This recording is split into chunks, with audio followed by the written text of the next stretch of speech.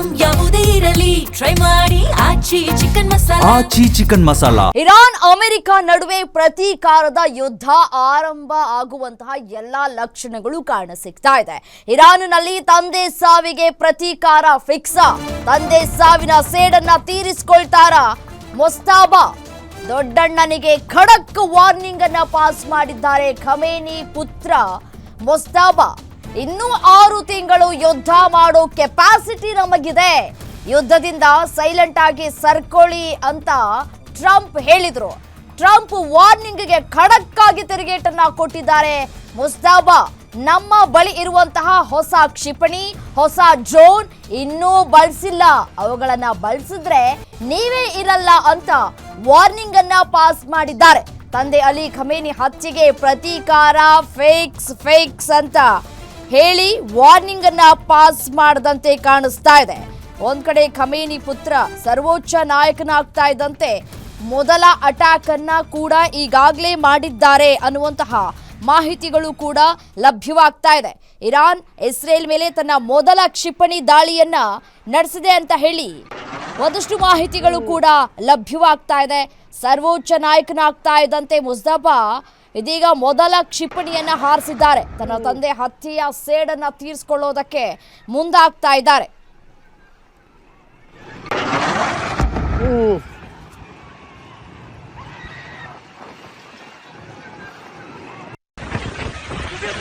Смотрите, метеориты падают прямо в залив. Волна идет к городу, машины, контейнеры, все несет. Дом, простите, господи, он рушится, молния. Вы это видели? Ветер сносит, смотрите, метеориты падают прямо в залив. Волна идет к городу, машины, контейнеры, все несет. Дом, простите, господи, он рушится, молния. Вы это видели? ಮುಸ್ತಾಬಾ Khamenei ಅವರು ಈಗಾಗಲೇ warning ಅನ್ನ ಪಾಸ್ ಮಾಡದಂತೆ ಕಾಣಿಸ್ತಾ ಇದೆ. ಶತಾಯಗತಾಯವಾಗಿ ಅವರ ತಂದೆಯ ಸಾವಿನ ಸೇಡನ್ನ ತೀರಿಸ್ಕೊಳ್ಬೇಕು ಅಂತ ಹೇಳಿ ಇದೀಗ ಇನ್ನೂ 6 ತಿಂಗಳುಗಳ ಕಾಲ ನಾವು ಯುದ್ಧವನ್ನ ಮಾಡುವುದಕ್ಕೆ ಸನ್ನದ್ಧವಾಗಿದ್ದೇವೆ, ಅದಕ್ಕೆ ಬೇಕಾದಂತಹ ಎಲ್ಲ ರೀತಿಯಾದಂತಹ ತಯಾರಿಗಳನ್ನು ಕೂಡ ಈಗಾಗಲೇ ಮಾಡಿಕೊಂಡಿದ್ದೇವೆ ಅನ್ನುವಂತಹ ಹೇಳಿಕೆಯನ್ನ ಕೂಡ ಕೊಟ್ಟಿದ್ದಾರೆ. ಒಂದ್ ಕಡೆ ದೊಡ್ಡಣ್ಣ ವಾರ್ನಿಂಗ್ ಪಾಸ್ ಮಾಡಿದ್ರು, ಬೇಷರತ್ ಕ್ಷಮೆಯನ್ನ ಯಾಚಿಸಿ, ಇಲ್ಲದೆ ಹೋದರೆ ಸಾವಿಗೆ ರೆಡಿಯಾಗಿ ಅಂತ ಕೂಡ ದೊಡ್ಡಣ್ಣ ವಾರ್ನಿಂಗ್ ಪಾಸ್ ಮಾಡಿದ್ರು. ಸೊ ಅದಕ್ಕೆ ಇದೀಗ ತಿರುಗೇಟನ್ನ ಕೊಟ್ಟಿದ್ದಾರೆ ಮುಸ್ತಾಬಾ ಖಮೇನಿ. ಇನ್ನೂ 6 ತಿಂಗಳುಗಳ ಕಾಲ ಈ ಒಂದು ಯುದ್ಧವನ್ನ ನಡೆಸುವಂತಹ ಸಾಮರ್ಥ್ಯ ನಮ್ಮ ಬಳಿ ಇದೆ, ಶತಾಯಗತಾಯವಾಗಿ ನಮ್ಮ ಸಾವಿಗೆ ನಾವು ನ್ಯಾಯ ಕೊಡಿಸುವಂತಹ ಕೆಲಸಕ್ಕೆ ಮುಂದಾಗ್ತೀವಿ ಅನ್ನುವಂತಹ ಮಾತುಗಳನ್ನು ಕೂಡ ಆಡಿದ್ದಾರೆ. ಅದೇ ರೀತಿಯಾಗಿ ಈಗಾಗಲೇ ಒಮ್ಮೆ ದಾಳಿಯನ್ನು ಕೂಡ ಮಾಡಿದ್ದಾರೆ ಅನ್ನುವಂತಹ ಮಾಹಿತಿಗಳು ಕೂಡ ಲಭ್ಯವಾಗ್ತಾ ಇದೆ. ಇಸ್ರೇಲ್ನಲ್ಲಿ ಈ ದಾಳಿಯ ಪರಿಣಾಮ ತಕ್ಷಣವೇ ಕೂಡ ಕಂಡು ಬಂದಿದೆ ಅನ್ನುವಂತಹ ಮಾಹಿತಿ ಸಿಗ್ತಾ ಇದೆ.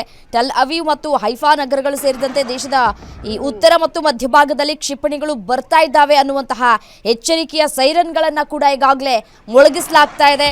ಇಸ್ರೇಲ್ ಮಿಲಿಟರಿಯ ಹೋಮ್ ಫ್ರಂಟ್ ಕಮಾಂಡ್ ಕೂಡ ಈಗಾಗಲೇ ಮಾಹಿತಿಯನ್ನು ಕೂಡ ರವಾನೆ ಮಾಡ್ತಾ ಇದೆ. ಎಸ್ಎನು ಇದೇ ವಿಚಾರಕ್ಕೆ ಸಂಬಂಧಪಟ್ಟಂತೆ ಮತ್ತಷ್ಟು ಡೀಟೇಲ್ಸ್ ಕೊಡ್ತಾ ಹೋಗ್ತಾರೆ SK ಮಂಜುನಾಥ್ ದೂರವಾಣಿ ಸಂಪರ್ಕದಲ್ಲಿದ್ದಾರೆ. ಮಂಜುನಾಥ್, ಇಸ್ರೇಲ್ ಮೇಲೆ ನಡೆಸಿರುವಂತಹ ಈ ಮೊದಲ ಸುತ್ತಿನ ಕ್ಷಿಪಣಿ ದಾಳಿಯ ತೀವ್ರತೆ ಎಷ್ಟು ಮಟ್ಟಿಗಿದೆ? ಈಗಾಗಲೇ ಮುಸ್ತಾಬಾ ಖಮೇನಿ ಏನು ದೊಡ್ಡಣ್ಣ ವಾರ್ನಿಂಗ್ ಕೊಟ್ಟಿದ್ರು ಅದಕ್ಕೆ ತಿರುಗೇಟನ್ನ ಕೊಡುವಂತಹ ಕೆಲಸವನ್ನ ಮಾಡಿದ್ದಾರೆ. ರಮ್ಯ, ಏನು ಇರಾನ್ ಮೇಲೆ ಇಸ್ರೇಲ್ ಹಾಗೂ ಅಮೆರಿಕ ನಡೆಸ್ತಕ್ಕಂತ ಜಂಟಿ ಯುದ್ಧ ಕಾರ್ಯಾಚರಣೆ ಏನಿದೆ, ಆ ಯುದ್ಧ ಕಾರ್ಯಾಚರಣೆ ಇವತ್ತಿಗೆ 10ನೇ ದಿನಕ್ಕೆ ಕಾಲಿಟ್ಟಿರ್ತಕ್ಕಂಥದ್ದು. ಇದೇ ಸಂದರ್ಭದಲ್ಲಿ ಖಮೇನಿ ಹತ್ಯೆ ಬಳಿಕ ಅವರ ಉತ್ತರಾಧಿಕಾರಿ ಯಾರನ್ನಾಗಿ ನೇಮಕ ಮಾಡ್ತಾರೆ ಅನ್ನೋ ಪ್ರಶ್ನೆಗೆ ಇವತ್ತು ಅವರ 2ನೇ ಪುತ್ರ ಮುಸ್ತಾಬಾ ಖಾನ್ನ ಉತ್ತರಾಧಿಕಾರಿಯನ್ನಾಗಿ ನೇಮಕ ಮಾಡಬೇಕು ಅನ್ನೋ ಒಂದು ಚರ್ಚೆಗಳು ಸಹ ಅಲ್ಲಿ ಆಗ್ತದೆ. ಇನ್ನು ಅಧಿಕೃತವಾದಂತ ಪ್ರಕಟಣೆ ಮಾತ್ರ ಅಲ್ಲಿ ಬಾಕಿ ಇರ್ತಕ್ಕಂಥದ್ದು. ಇದರ ಬೆನ್ನಲ್ಲೇ ಏನು ಅಮೆರಿಕ ಅಧ್ಯಕ್ಷ ಟ್ರಂಪ್ ಕೊಟ್ಟಿರ್ತಕ್ಕಂಥ ಎಚ್ಚರಿಕೆಗೆ ಏನು ಖಮೇನಿಯ 2ನೇ ಪುತ್ರನು ಸಹ ಖಡಕ್ ಆದಂತ ಒಂದು ತಿರುಗೇಟನ್ನ ಸಹ ಕೊಟ್ಟಿದ್ದಾರೆ. ಅದು ಏನು ಟ್ರಂಪ್ 6 ತಿಂಗಳ ಕಾಲ ನಾವು ಇರಾನ್ ಮೇಲೆ ಯುದ್ಧವನ್ನ ನಡೆಸೋದಕ್ಕೆ ಬೇಕಾದಂತ ಎಲ್ಲಾ ಸಲಕರಣೆಗಳು, ಯುದ್ಧದಲ್ಲಿ ಬಳಸಕ್ಕಂತ ಏನು ಯುದ್ಧ ಉಪಕರಣಗಳು ಎಲ್ಲವೂ ಸಹ ನಮ್ಮ ಬಳಿ ಇದೆ ಅಂತಕ್ಕಂತ ಒಂದು ಹೇಳಿಕೆಯನ್ನ ಕೊಟ್ಟಿದ್ರು. ಅದಕ್ಕೆ ತಿರುಗೇಟನ್ನ ಕೊಟ್ಟಿರ್ತಕ್ಕಂತ ಮುಸ್ತಾಬ್ ಏನಿದ್ದಾನೆ, ಆತ ತಮ್ಮ ಬಳಿ ಏನು ಇಲ್ಲಿವರೆಗೂ ಈಗ ಹಾರಾಟ ಮಾಡ್ತಕ್ಕಂಥದ್ದು, ಉಡಾಯಿಸ್ತಕ್ಕಂಥ ಕ್ಷಿಪಣಿಗಳಿರ್ಬೋದು, ಅವೆಲ್ಲವೂ ಸಹ ನಿಮ್ಮ ಏನು ಊಹೆ ಮೀರಿದಂತ ಮತ್ತೊಂದಷ್ಟು ಒಂದು ಸಲಕರಣೆಗಳು ನಮ್ಮ ಬಳಿ ಇದಾವೆ. ಅವು ಹೊಸದಾಗಿ ನಾವು ತಯಾರಿಸಿರ್ತಕ್ಕಂಥದ್ದು, ಹೈ ಟೆಕ್ನಾಲಜಿ ಇರ್ತಕ್ಕಂಥದ್ದು. ಅವನ್ನೇನಾದ್ರೂ ನಾವು ಉಡಾವಣೆ ಮಾಡಿದ್ದೆ ಆದ್ರೆ ನಿಮಗೆ ಸುಧಾರಿಸ್ಕೊಳ್ಳೋದಕ್ಕೂ ಕಷ್ಟ ಆಗುತ್ತೆ ಅಂತಕ್ಕಂಥ ಒಂದು ತಿರುಗೇಟನ್ನು ಸಹ ಕೊಟ್ಟಿದ್ದಾರೆ. ಹೀಗಾಗಿ ಮೊದಲಿಗೆ ಆರಂಭದಲ್ಲಿ ಇಸ್ರೇಲ್ ಮತ್ತೆ ಅಮೆರಿಕ ಎರಡೂ ರಾಷ್ಟ್ರಗಳು ಜಂಟಿಯಾಗಿ ಯುದ್ಧವನ್ನು ನಡೆಸ್ತಾರೆ, ಇರಾನ್ ಅನ್ನ ಮಣಿಸ್ತಾರೆ, ಅವರನ್ನ ಕಪಿಮುಷ್ಟಿಗೆ ತೆಗೆದುಕೊಳ್ತಾರೆ ಅಂತಕ್ಕಂಥ ಒಂದು ಭ್ರಮೆ ಏನಿತ್ತು ಅದು ಈಗ ಎಲ್ಲೋ ಒಂದು ಕಡೆ ದೂರ ಆಗ್ತಾ ಇದೆ. ಯಾಕಂತಂದ್ರೆ ಒಂದು ರಾಷ್ಟ್ರದ ಮೇಲೆ ಎರಡೂ ರಾಷ್ಟ್ರಗಳು ಜಂಟಿ ಯುದ್ಧ ಮಾಡಿದಾಗ ಬೇಗ ಅವರಲ್ಲಿರ್ತಕ್ಕಂಥ ಶಸ್ತ್ರಾಸ್ತ್ರಗಳು ಖಾಲಿ ಆಗ್ತವೆ, ಯುದ್ಧ ಉಪಕರಣಗಳು ಖಾಲಿ ಆಗ್ತವೆ ಅನ್ನೋ ಒಂದು ಭ್ರಮೆ ಇತ್ತು. ಆದ್ರೆ ಈಗ ಇನ್ನೂ ಅವರ ಬಳಿ ಸಾಕಷ್ಟು ಉಪಕರಣಗಳಿದಾವೆ. ಆ ಹೊಸದಾಗಿ ಸಿದ್ಧಪಡಿಸಿರ್ತಕ್ಕಂಥ ಉಪಕರಣಗಳನ್ನ ಬಳಸಿದ್ರೆ ಏನು ಅನಾಹುತ ಆಗುತ್ತೋ ಅನ್ನೋ ಒಂದು ಆತಂಕವೂ ಸಹ ಎದುರಾಗಿರ್ತಕ್ಕಂಥದ್ದು.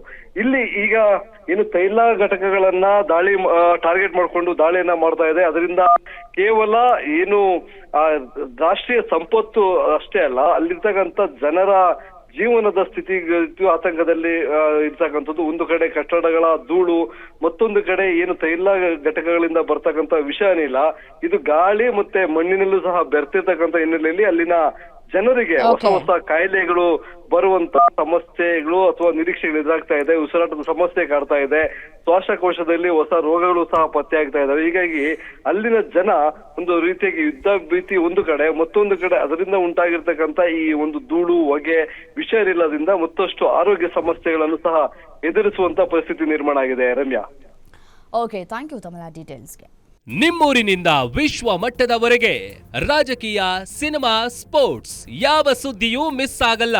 ಬರೀ ಸುದ್ದಿಯಷ್ಟೇ ಅಲ್ಲ, ಜೊತೆಯಲ್ಲೇ ಇರುತ್ತೆ ವಿಶ್ಲೇಷಣೆ. ಗ್ಯಾರಂಟಿ ನ್ಯೂಸ್ ನ ಸಬ್ಸ್ಕ್ರೈಬ್ ಮಾಡಿ, ಫಾಲೋ ಮಾಡಿ, ಕ್ಷಣ ಕ್ಷಣದ ಅಪ್ಡೇಟ್ಸ್ ಪಡೆಯಿರಿ.